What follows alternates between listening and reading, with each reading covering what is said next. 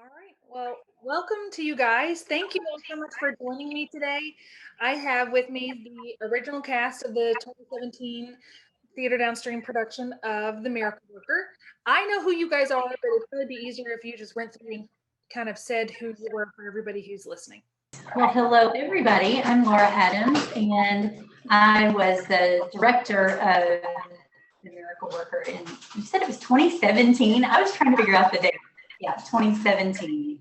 So good to see some of the cast here with us today. Hi, everybody. I'm Candy Thomas, and I had the privilege of playing Kate Keller in this production, and it's so good to see everybody again. Hi, I'm Kennedy, and I played Helen Keller, and it's good to see everyone. Okay, hi, my name is Brian Douglas Barker. I played Captain Keller, and I was the set designer for the project. And I am Ashley Raymer-Brown, and I played Annie Sullivan. My first question is actually going to go to Laura.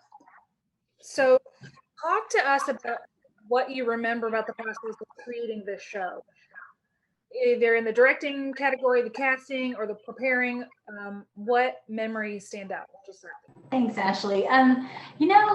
So many things stand out to me about this show that it's hard to kind of narrow it down. I think that probably how many people are on here? The six of us, the five of us probably spent the most time together than anybody. So I definitely have just a lot of fond memories of that. I remember that it just blew the audience's socks off every night. And I was so thrilled that they connected with these characters. So I remember that part of it. I remember with casting, it just being a really fun process and also kind of challenging too. There are a lot of moving pieces that go into casting a production that I think a lot of people on the outside of it don't really understand when they're on the outside looking in. So I really got the sense of what that was like during the casting for the production. I also just remember feeling so proud that this show had a lot of challenges that went along with it. You know, people sitting around a table on stage, eating multiple meals on stage. Ashley, you had to climb out a window onto like an upstairs window onto Brian's back and trying to figure that out. And, just feeling so proud that we were able to meet those challenges. And I think, I couldn't have done that without Brian for sure, because I was relying on his experience a lot in designing the set so that it could do all of these things. And he just did a great job with that. So anyway, those are kind of just the highlights of the things that stood out to me about the production. A quick follow-up question about auditioning. Usually when you audition, you pick out scenes for someone to say the lines. How did you audition for the part of Helen? What did you decide to do for that? And how did Kennedy kind of stand out to you as far as doing what you were looking for? That is a great question, because you can't really have somebody read lines if they only have really one line in the whole play. So we did a lot of improvisation in the audition process, where I had a few things that I wanted the actors to kind of work through, like walking into a room that you can't see anything, but finding a table and pouring a glass of water, just trying to do those things. And I was looking for people who had a really good physicality, who could be creative, but also controlled with their movements, because I'm sure we'll talk about the stage combat aspects of Miracle Worker later. But I was looking for people who could do that, and especially a young actor. I mean, Helen is very young and the play is set, and I knew it was going to really take a special person to be able to pull that off. And I think we found her. I know we did found her for sure, because Kennedy just did an amazing job, and so did Chloe Stivers, who was the understudy for the role. So I was just blown away with how they were able to do that. But that's how we handled it in the audition process, because I knew that I needed actors who could be brave physically and really go there in a physical way. So that's how we structured the audition process. Kennedy, I'm going to hop over to you for just a second before I go back to Laura. What do you remember anything about the audition? Me personally, I remember like literally nothing. I just remember that I really was working hard for this and I didn't know if I was going to get it. I was working on the accent. I remember really enjoying being paired with you. And then I think I remember there was one particular thing that maybe you had published was going to be the audition scene. And I worked really hard on that one. And then you ended up not calling me up for that one. So I had that like, oh no, that's the one I really know how to do. And she didn't have me do that one. But anyway, that's all I really remember. It's just all kind of a blur. So Kenzie, what do you remember? I remember it was kind of hard, honestly, there was a lot of blocking for Helen and just like details of things that she was supposed to be doing. And it was kind of hard to stay space, but also not know what I'm supposed to be doing at the time. So it's kind of hard to do that. And also everyone did good, so I didn't really expect to get the part at all. I did my best, but I didn't expect it because everyone did really good. Yeah, everybody did do really well. So Laura, back to you. Did you have a favorite scene to direct, or was there one that was the most challenging? I'm gonna guess. Go ahead and answer. I'm gonna have to pick three favorite scenes to direct.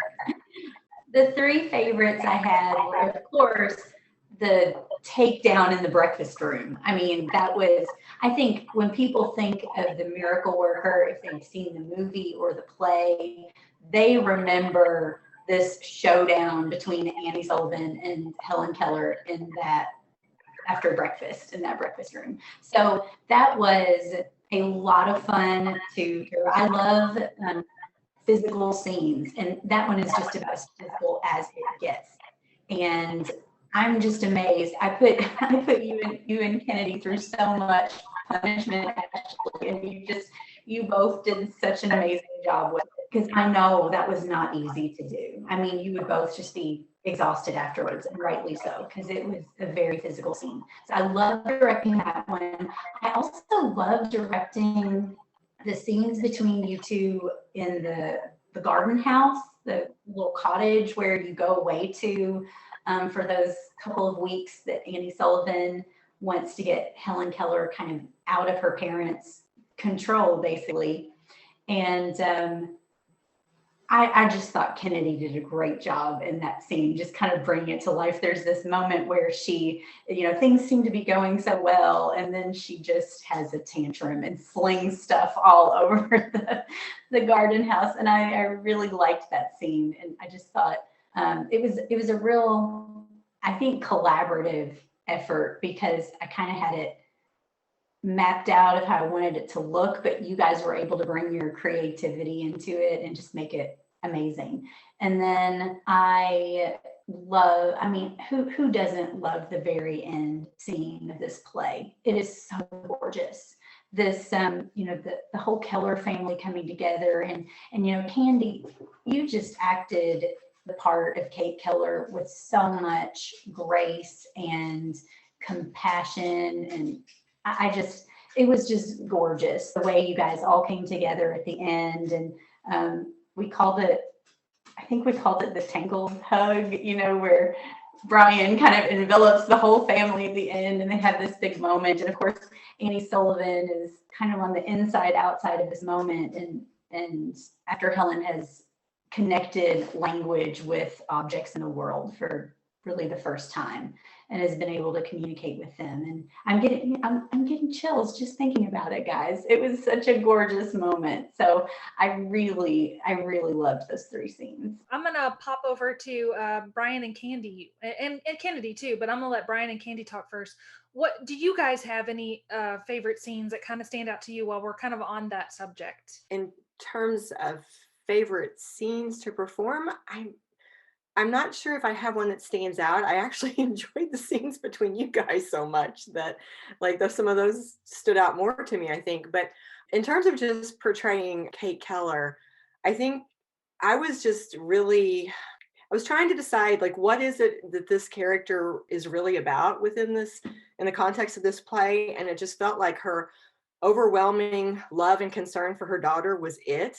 I mean, that was just all consuming. And so I think most of the time when I was in a scene, Kennedy probably never even registered this, but I was always hyper focused on where is she? What is she doing? How is she? And I just would try to like always kind of have that like eye on her, like you know, kind of throwing this like maternal love at her. That was my goal, because I thought my admiration for Kate Keller, again within the context of this play and what I know about her through that, is the fact that she loved her daughter so dearly that at the end she's recognizing she's really going to be giving her away to Annie Sullivan in order for her to have a life and to have language in the world open up for her. This mother's going to give her away.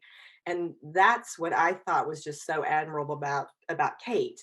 But also Laura was just so encouraging as a director. And Laura, my favorite phrase from you would say, "Oh, you've given me all the feels." And it was just so affirming. And I just appreciated that so much when I would hear that feedback, because I was like, oh yes, I was hoping there was some emotion there. So I appreciated that. I'll move on to Brian and let him talk about his memories a little bit. What did you identify with the most with Captain Keller? Well, Captain Keller was in the military. I was in the military. He was a wealthy, influential person of the time. Otherwise, Helen would have never been given the opportunity that she had. Oddly enough, in the show, you know, everybody, when you say the miracle worker, they said, "Oh, the story of Helen Keller." And I learned a long time ago, the miracle worker is not Helen Keller, and it's not the story of Helen Keller.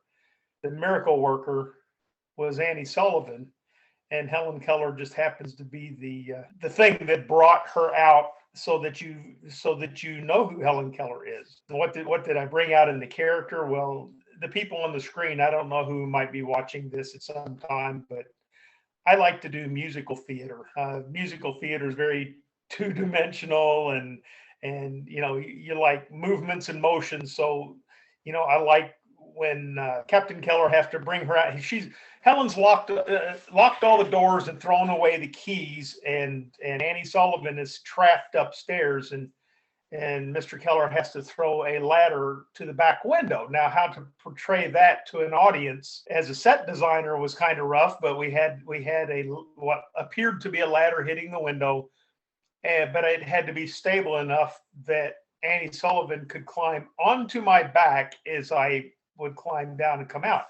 That's very musical theater like for me. I guess when you're talking about scenes that even scare you, you know, I've done a stage that when I go out on the set and there's a bunch of people on the stage and you're transferring lines back and forth, my character was developed usually by the people who are around me. I try not to walk in with a preconceived notion of how I think that character should be, other than he was from Alabama. He would have a Southern accent, therefore I tried to portray a Southern accent. Other than that, my character was given to me by the writer of the lines, but by these wonderful women who were around me, feeding lines and having their characters, and he had to have this character that responded to theirs. You can't just walk in and make up this character and it not mesh with everybody else. Anytime I am on stage with Candy Thomas see, she makes faces. Everybody look at her face. She always makes faces.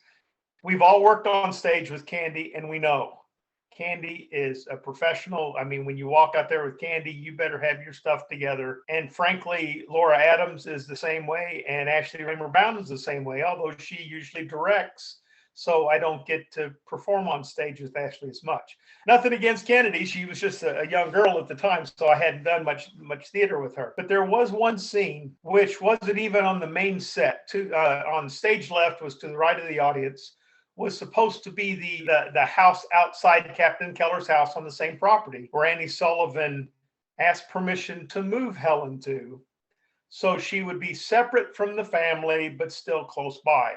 And there is this one scene where Captain Keller goes out there with his wife. Gosh, was he intending on firing her at the time, right? I can't remember. I just remember the wife and I are standing at the door, and Helen and Annie are inside. And when we walk in, it was nothing but a spotlight, the three of us doing lines, and they all had to mesh. And Annie Sullivan was telling her story at some point, and it was powerful, but it was frightening because you could make a mistake. And when you're with, Ashley and Candy, you can't make a mistake because they're not going to make a mistake. And it really led to the audience's understanding of, a lot of the story is a setup for what's coming. And that was kind of where everything was coming together and Laura's direction, and plus Laura allowing us to do certain things. You know, I've had some directors that try to force something on you that doesn't feel natural, but when you get out there with those lines and you work with Ashley and Candy, she allowed us to interpret these characters, and it worked. Anyway, I'm going to stop now. That was great. Thank you. Kennedy, I'm going to let you do what you didn't do in the play, which is talk, and tell us a little bit about what you remember about playing Helen. I remember that you had just turned 11 during rehearsals. So that was a long time ago. 4 years is not long. Well, it is long, but not as long for us adults. But between 11 and almost 16, you'll be 16 in January. So what do you remember? Tell me about that. It was a lot of fun to be Helen, and that it was honestly one of my favorite productions. It was my favorite production that I was ever involved in, and it was definitely the most challenging one also, but it was a lot of fun, and everyone helped out a lot with just like the blocking, all the different things that I had to do. So, but I really enjoyed it, and it made me really appreciate learning, honestly, and just how lucky we all are and everything. So I really enjoyed it, and I love the breakfast scene too. That was just my favorite part. And when we performed in front of the middle school, they enjoyed that so much, and it was so funny. So I love that, but I love the whole thing as well. It was a lot of fun. What I remember about the breakfast scene is every night she got so good at sign language. Kennedy was so good at sign language that she could actually understand it. And I was still at the point when I tried to spell out as much as I could, but sometimes when I had to go really fast, I would just kind of do like gobbledygook letters. But at the end of every breakfast scene, we'd be under the table waiting because the lights would go out. And then before the next scene, I would always sign into her hand like, okay, like, are you okay? Did you get hurt or anything like that? She started signing back like real sentences to me, and I'm like, girl, I don't know what you're saying, like just nod or something. But she'd be like, yeah, I'm fine. And one time after practice, I remember that and I think we did this during a performance too, we ended up breaking a plate. And that's when I asked her, I like physically asked her after I said, are you okay? And she looked at me, she's like, that was awesome. So I knew she was going to be okay. Speaking of being 11, Kennedy, did you realize at age 11, like who Helen Keller was, how significant to history she was? Were you aware of her at all? Was she in your orbit at all? I knew who she was and that she was blind and deaf, and I somewhat knew the things that she accomplished, but I think by being in the play, it made me learn more about her, and it made me more interested, and I think I have a greater appreciation now of just who she is and all that she was able to accomplish. Did it change your personality in any way? For me, when I was Annie, after playing Annie, it made me, being in Annie's skin, so to speak, it made me more like of a go-getter, more determined. It kind of changed who I was as a person. Before, like I wasn't really able to deal with conflict really well. I'm a very like go with the flow. I don't like conflict at all. But after being this incredibly strong, powerful, no, I'm right. I know I'm right. And I would have these things where I feel like I'm right about this. And it would almost be like the Annie in me would take over, and I would say, no, I'm correct. And it really changed. She physically changed who I was as a person. And I'll let Kennedy answer, and then Candy and Brian, if you have anything like that too. Did they change you at all? But Kennedy, what do you think? I think it made me appreciate learning a little bit more. And Helen was definitely stubborn. I don't feel like that really made me more stubborn or anything like that, but it was fun to be that for a minute because I'm normally not too stubborn. But so that was a really well-behaved kid, so it was probably a little bit fun to be a little bit like, yeah, I could let out maybe. Yeah. I don't know that it changed my personality, but it was a learning experience. I feel like every time as an actor you are allowed to be in a play or work with other, professionals, you always learn. And this is just such a wonderful, powerful piece of writing, great direction, great cast, and just watching everybody else work and the way that, people interpreted scenes, or the way the problem solving with set design challenge, all those different things. It was just, to watch the process was just fascinating. And also, as I said, a great learning experience. Brian, you have like 20 seconds. Can you do it in 20 seconds? And I'm unscripted, and now I've got a time limit. No, because I really didn't necessarily agree with the way Captain Keller was doing things. He just wanted whatever was easiest at the moment, and that was the worst thing for his daughter. And as the father of two daughters, you have to allow them to experience things sometimes, and you stand back and you watch and you allow it, where Captain Keller did. I did like the relationship that kind of developed between Captain Keller and the actor William Carnell, who was in there, which isn't really mentioned much because everything's around Helen a lot. But we actually had a curve going on between his character growing up and standing up to his dad, which people wouldn't have done at the time. So I enjoyed that part of what happened in the character. Laura, did you have something? I saw your hand was up. I do. I have a question for you, Ashley. I know you're moderating this. Do I have time to answer it right or ask it right now? Yeah. Okay. Conversation. I'm just moderating because I have questions. But yeah, if you guys have questions, ask them. Yeah, I have a question for you. Because I know you talked about Annie Sullivan being kind of this, she was like a little mighty bulldozer, right? Like this really small, they talk about her being small a lot, but that she was also fairly young when she was with Helen at the beginning. But what I love about this play too is all of the backstory we get about Annie Sullivan, because she had in her own right just a really hard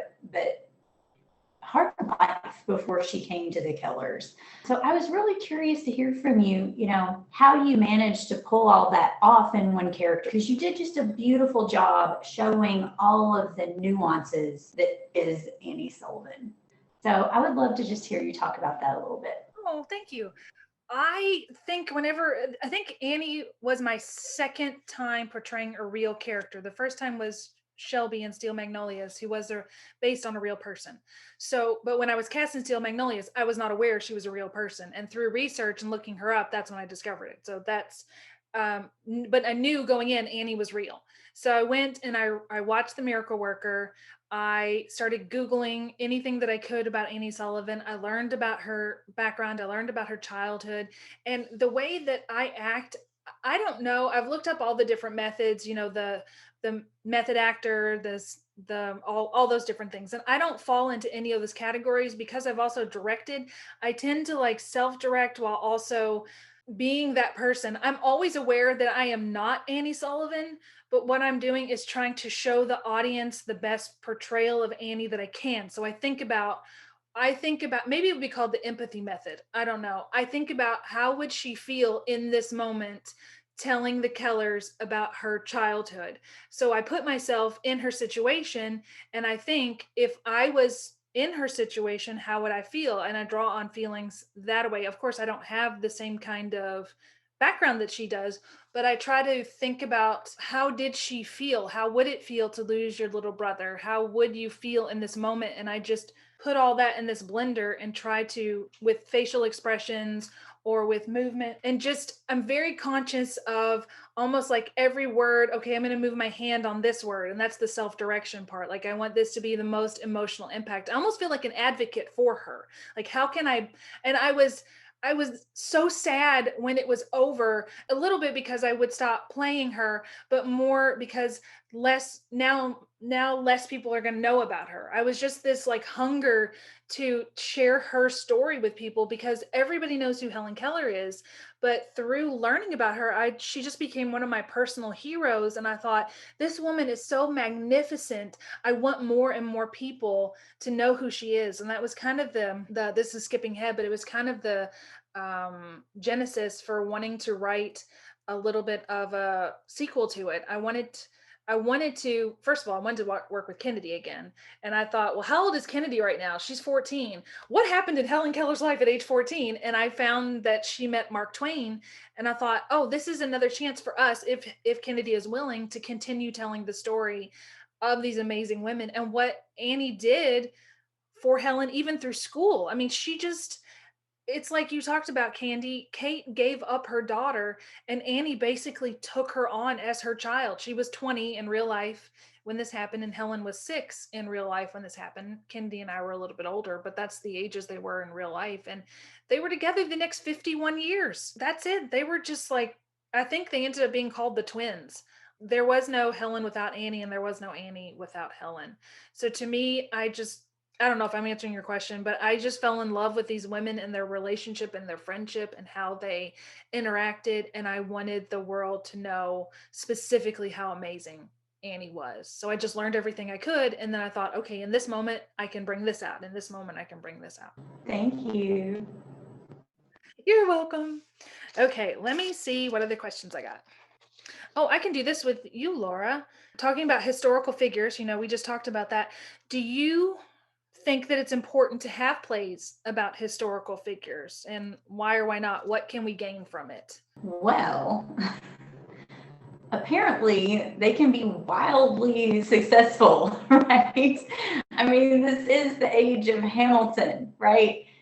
I think that anytime art can add a deeper understanding to real life, it's a good thing. Even if it's not completely historically accurate, which I know Hamilton is not. I know that the Miracle Worker is not completely true to the history, but that's where the art comes in, where we can really highlight the good and potentially the bad of these characters, and know these historical characters and know them in a richer way. I think that that's always a good thing. I'm going to go back to you. Thank you, Laura, for that. I like that answer.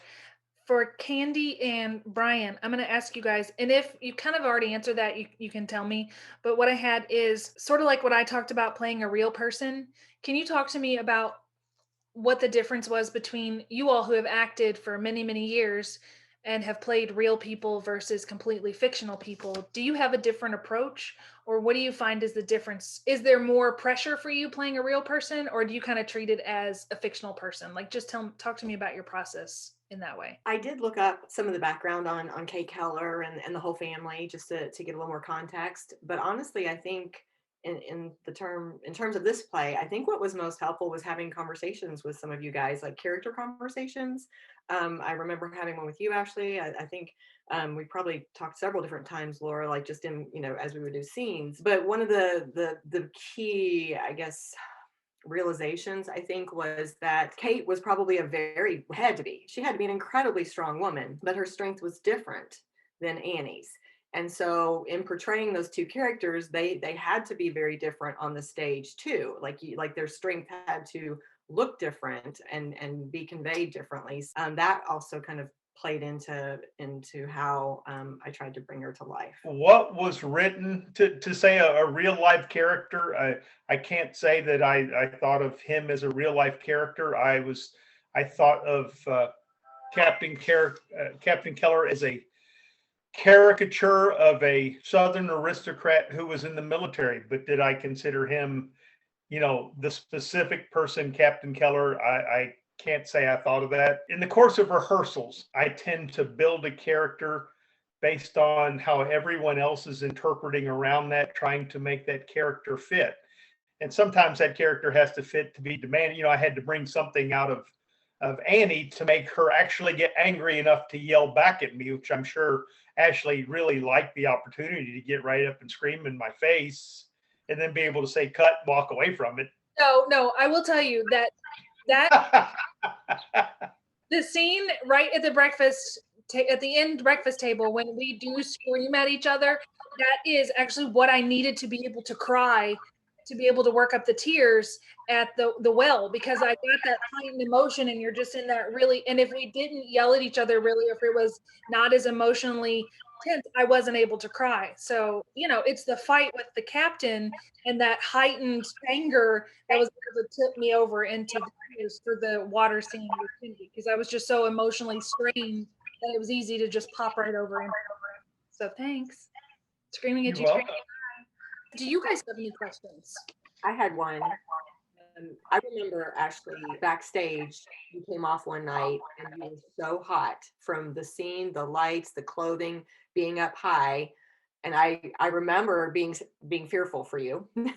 Like you were such high emotion and you had to go right back on stage and you were like overheated. And so anyway, that came to mind in terms of bringing up the question to you and to Kennedy, like the specific challenges, the unusual challenges of playing your respective roles, and what you might have had to do to try to face those challenges. You're right, Candy. I remember that I think it was when we first started dress rehearsals.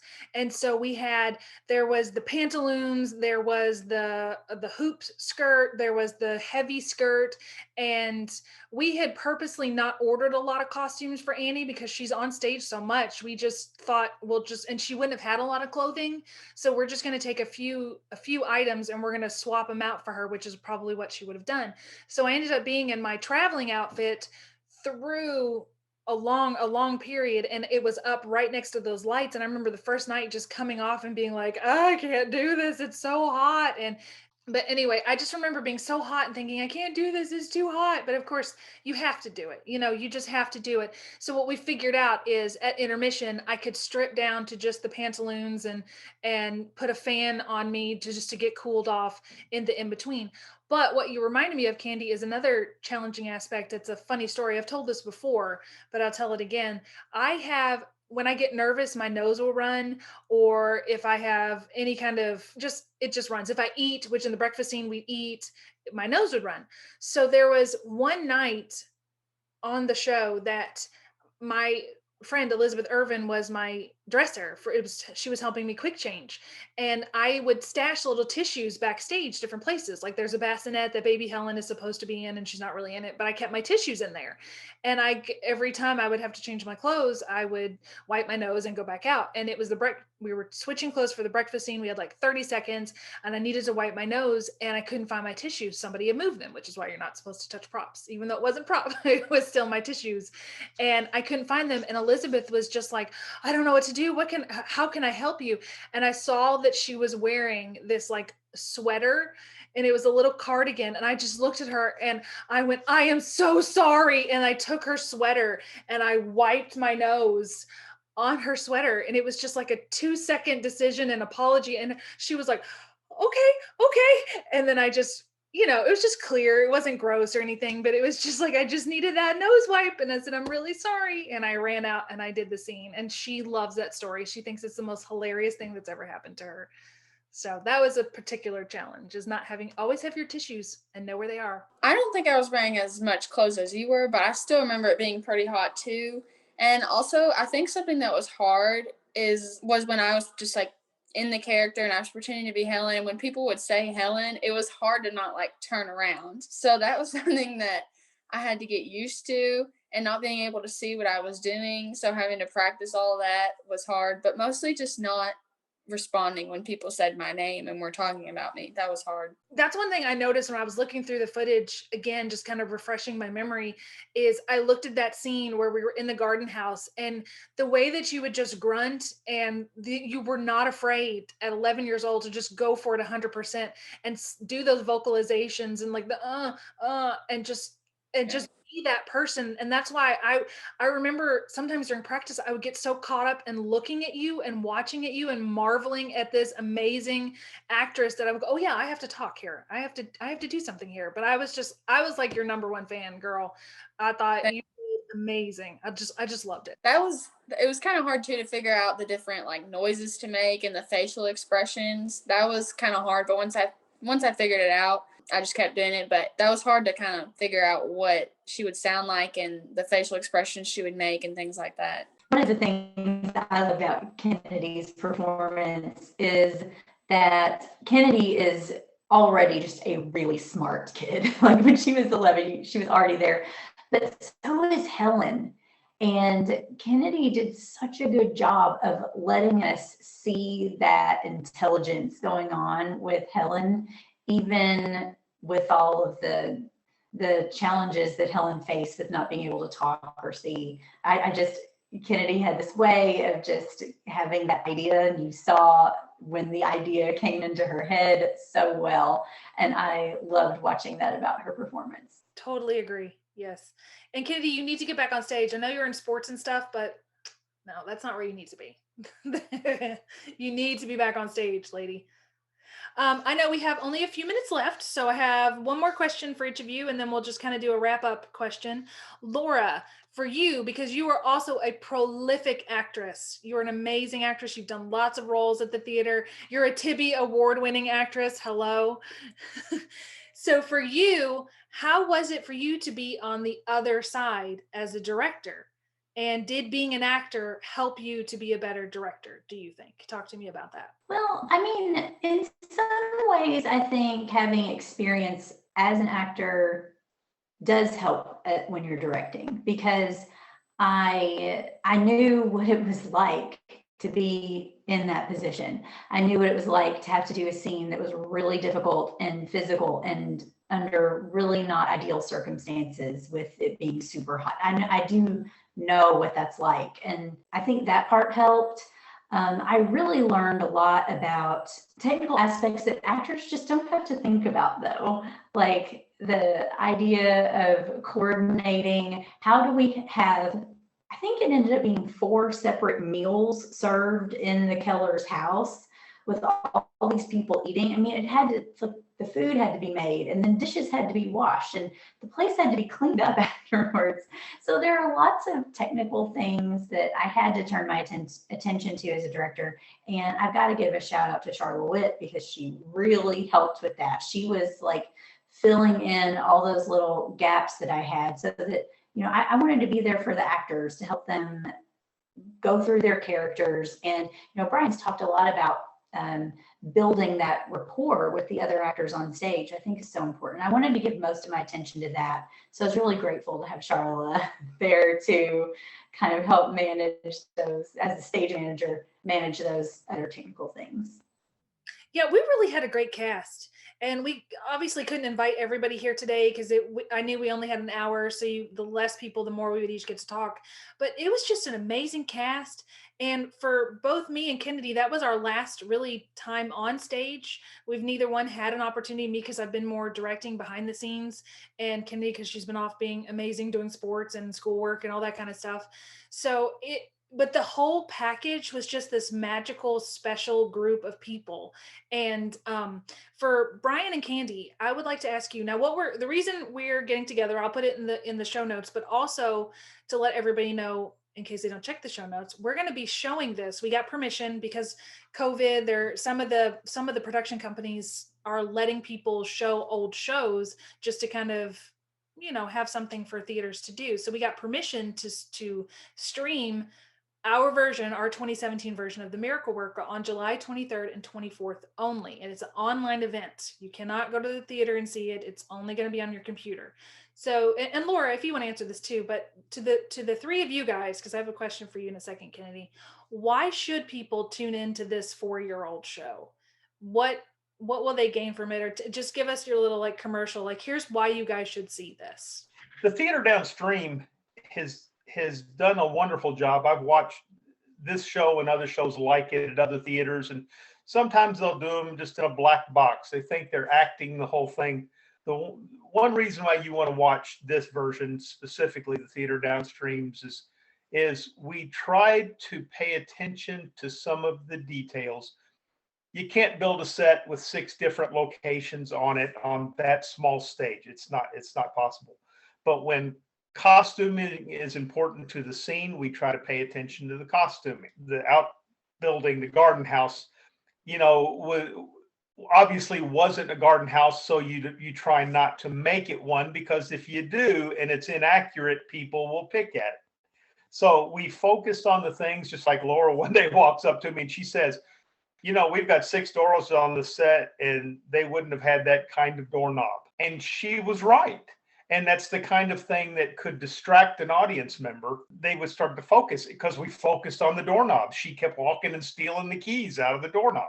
So I had to go out and buy glass doorknobs. The Theatre Downstream, I think, and we have gotten feedback from writers of other shows like Something's Afoot and whatever, we tend to stick pretty well to the content of the show and the spirit of the show. We had great actors and actresses, and you say that because some shows will have one really good person and they're not very balanced, and the show doesn't carry the story very well. And I think this was a wonderful time when all the actors put together, everyone carried their weight and they were well balanced. And I think we told the story very well. I think it came across very well. Bravo, Brian. That was an excellent answer. And I agree. It was well acted. Even if you don't give two straws about the history of Helen Keller and Annie Sullivan, it's a well acted show. And everybody just does a great job pulling these characters together. Even little side relationships that we haven't talked too much about, like the relationship between James and Captain Keller, and even the servants. Everybody had their web of a story going through this. So I think it is really well acted. So even if you don't care about the history stuff, it's a good show to watch just for the story. It is an amazing story. I mean, this somehow came up in conversation this past week that Anne Bancroft won an award for this back in the 1960s. And it's just a powerful story to begin with. It's well written. And the way that you guys gave such powerful performances to bring it to life. I mean, the relationship that's key to all of it. I mean, it's so true that all of these other relationships, every person gave a great performance, but the relationship between Annie and Helen, I think, is central to it. And it just was so beautifully portrayed. Thank you guys. It's so nice. Can I add something to this real quick? Sure. One thing that I want to mention is you do not see the show Miracle Worker very often. And one of the reasons is the lead character, Annie Sullivan, has to be able to the emotion and just the literal number of lines, because we're a community theater. We're not professionals. I have heard of community theaters who had to go outside the community and pay professionals to play the Annie Sullivan role, because it is not an easy role to play. And I think Ashley did a wonderful job playing it. She got all her lines down. And like I said, people don't get to see this show very often because a lot of theaters go, we don't really have the talent to perform this show. So anyway, kudos to you, Ashley. Well, thank you. When I was rewatching, I was looking back and going, how did I do this? Who is this person? Who is this magnificent woman that took on this thing and just bit off more than she could chew and just still did it? So I'm not saying patting myself on the back, but just 4 years younger Ashley, I had a lot of admiration for her, because I don't know if 41-year-old Ashley would be like, yeah, I can do this. I'm not sure, but I really did enjoy the role. I loved being her. I loved bringing her to life. I loved working with all of you guys. And it was just such a special time. I even had the chance to potentially audition for this show again at another theater. And ultimately, I decided not to, because I didn't want to take away from the memories that we had created. And they were so special to me that I just wanted this to be this little special moment in my life. And I didn't want to replace Kennedy. So, but Kennedy, final question for you. I talked a little bit before about the other miracle worker, the sketch that I wrote, which is that's kind of what this is. It's watching the miracle worker now is going to be a primer, because when COVID happened, we all kind of as a theater did film instead of stage. So you and I got to reprise our roles in the other miracle worker, and we filmed it last October. How was it for you to step back into Helen's skin after 4 years? Did you find it really easy? Did you know exactly what to do? Because it was more like we just we worked with Matt C. Adams, who directed us, but it wasn't a rehearsal process. We just sort of, with film, you just show up and you do it. So it's kind of working on it on your own. Talk to me about that. How was it? How was the filming day for you? I enjoyed it a lot. I think it was a way different experience, but it was a lot of fun. It was kind of hard to step back into it since I hadn't really done it for so long. Also, it was kind of hard since I got braces to try and hide that fact, since they wouldn't have had that back then. It was fun. I enjoyed it. And the film was just different, but I like that as well. They're totally different experiences. And I remember when she showed up, and in the first scene, she has to laugh at a joke that Mark Twain tells. And when she went to laugh, I was like, oh no, Kennedy, you can't laugh. And so she's like, oh, you're right. I got to figure out a way to laugh like this. And so she's like, ha ha ha ha. So she just adapted marvelously. And you're still one of the best actresses I've ever had. Okay. Thank you. Well, anything else you guys want to add? That's all I have for you all. And I appreciate you guys taking time out today to talk to me. Kind of on the spur of the moment, I had another one of those last minute ideas like, hey guys, are you free tomorrow? Let's do this. So I appreciate you guys did that. It was really fun doing it, actually, reminiscing and getting to see everyone again. It was a great experience. It's kind of nice to be able to call it back like this. Okay, so for you guys watching, tune in July 23rd and 24th. It's on demand, so you can just buy your ticket. You can watch it anytime on the 23rd and 24th, and we hope you enjoy our 2017 production of The Miracle Worker. Thank you, guys.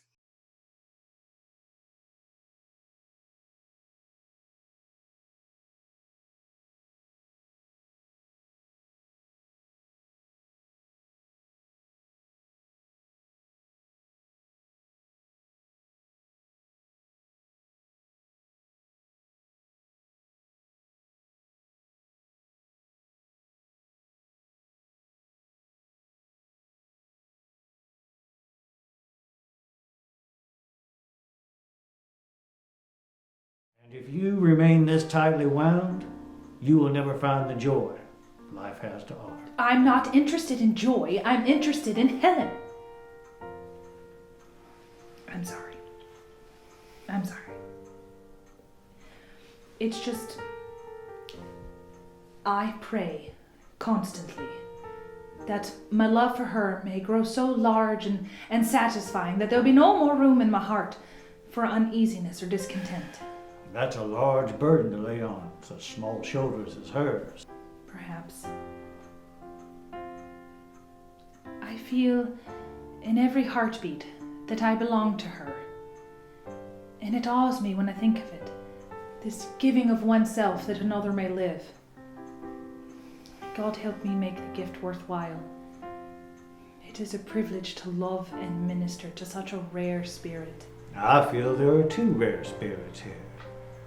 I wonder, is this what parental love is supposed to feel like?